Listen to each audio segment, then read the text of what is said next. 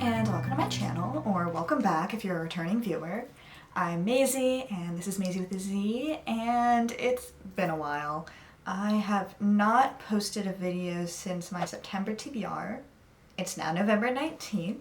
Yeah, we're thriving. So today I thought to kind of kick off, hopefully getting back into regular posting, I would do the end of year book tag.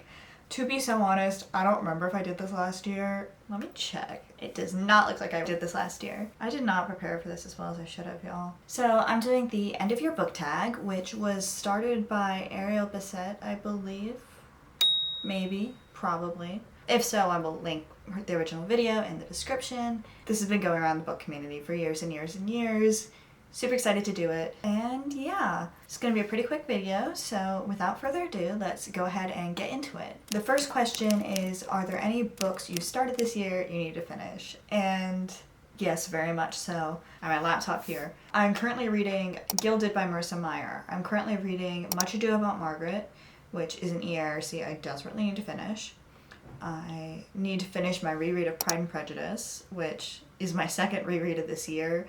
But I'm taking a Jane Austen class right now, and I had reread it for a different class in the spring, and I haven't quite finished it yet. I need to finish A Day of Fallen Night, Deep as the Sky, Red as the Sea, Beneath These Cursed Stars by Lexi Ryan, which is an ERC that came out in the summer, and that I just got most of the way through and didn't finish. But like, I don't want to DNF it, so hopefully finishing that. The Waves by Virginia Woolf, and The Head Witch of Foxhall, which is another ERC I got partway through and was like, I cannot possibly keep reading this right this minute. And then I just never picked it back up, but I want to finish it. Like, it's not like I hated it, I just kind of forgot about it. So yeah, those are the 8 books that I'm currently in the middle of that I need to finish by the end of the year. I may have a problem. I just keep starting books and then don't finish them. I don't know. Next question, question 2, is do you have an autumnal book to transition to the end of the year? I'm currently listening to Gilded by Marissa Meyer on audiobook, and that's perfect for this kind of like transitional time. Like, all the leaves are turning, it's very overcast all the time, and it feels like the perfect time for a kind of like fairy tale retelling energy book, and Gilded is a Rumpelstiltskin retelling. It's just, it feels like the perfect read for this time of year, so I'm really enjoying that, and I'm really enjoying listening to it while I'm like walking to my classes and looking at all the leaves and everything. It's great. Next question is there a new release you're still waiting for? We're most of the way through November, so the only read that's still coming out that I need to get to is Not for the Faint of Heart by Lex Croucher, which is an ERC that's coming out I think next week, which is the only book still coming out this year that was on like my anticipated releases. In terms of recent releases I need to get to, top of the list is Spectacular, which is like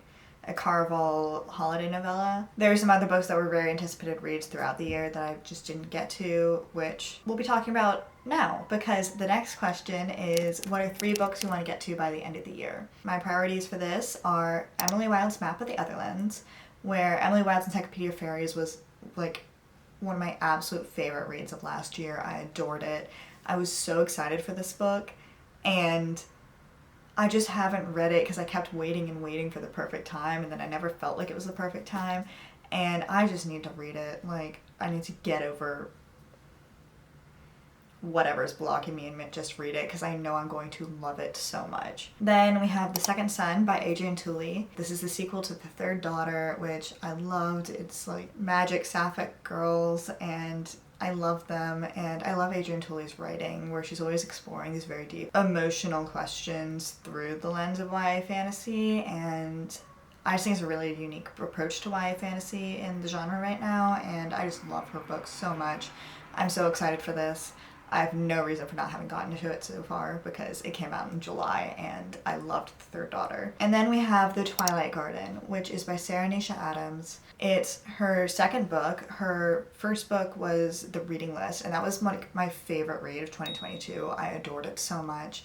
And then I was waiting and waiting and waiting for The Twilight Garden to come out, and it kept getting delayed, and then it finally came out this spring. And it's another case where it's like I just kept waiting for the perfect time, and I need to accept it's never going to be the perfect time and just read it, because it's going to make me so happy. I'm going to love it so much, and I just need to read it. So yeah, I mean, like, there's a lot of books I want to ideally get to by the end of the year, but those are my 3 priorities. Question 5 is there a book you think could still shock you and become your favorite read of the year? To be honest, I've not read any books I've, like, intensely loved this year. So basically this is asking me if I think a book could be like House of Earth and Blood in fantasy, The Getaway List or Wish You Weren't Here in contemporary romance, There Are Rivers in the Sky in literary fiction. And I think definitely yes. Like, there are plenty of books I could see becoming my favorite reads of the year. Emily Wild's Map the Otherlands and The Twilight Garden are both definitely contenders for that. And if I got to A Day of Fallen Night or the next Mistborn book or something this year, I could also definitely see that taking the cake. But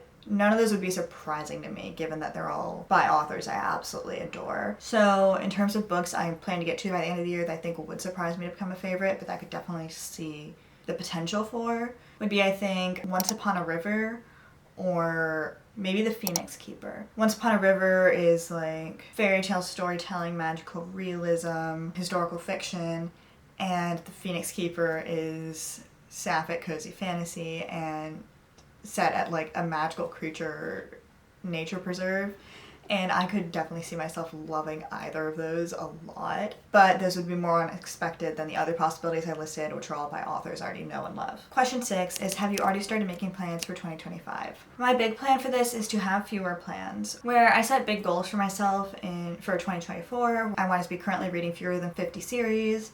I wanted a physical TBR of fewer than 75 books. I wanted to read my 24 books for 2024. I wanted to review every book I've read on Goodreads. I wanted to post at least 52 booktube videos. That definitely didn't happen.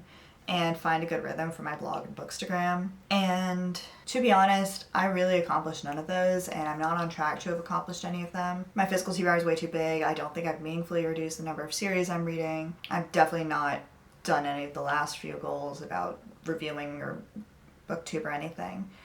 And a lot of that's because just like my mental health was not super great this summer and this past quarter, where I had like family stuff going on, and I was just super busy with like, I had an internship in the summer and was also taking a class on top of that, and I didn't have the most time for accomplishing all of the like personal reading goals I wanted, and that's okay. And for this upcoming year, I want to give myself more grace to acknowledge that like sometimes life happens and you can't accomplish your ambitious reading goals. I'm gonna post a more thought out video about this probably next month, but I'm currently trying to think of different ways to set goals for myself that allow for more flexibility with my capabilities at any given time. So yeah, that is what I'm thinking about in terms of goals for 2025 so far. And that brings us to the end of the tag. So yeah, I am also trying to think of some short-term goals towards the end of the year, since I will be having 3 weeks of winter break, and hopefully that will allow me the chance to kind of get some good reading done. I would probably like to read 25 or 30 more books this year, and I would really be proud of myself if I did. I want to reduce my physical TBR as much as possible.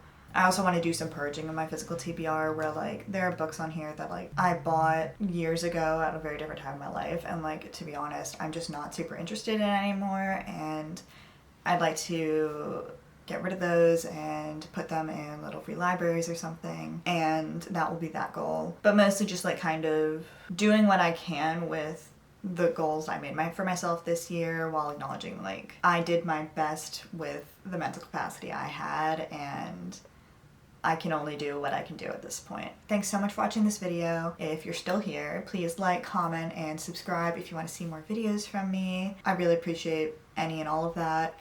You can find me on my blog, Goodreads, Instagram, and Storygraph at the links in my description. Hopefully I'll have some more videos up for you soon, and I'll see you later.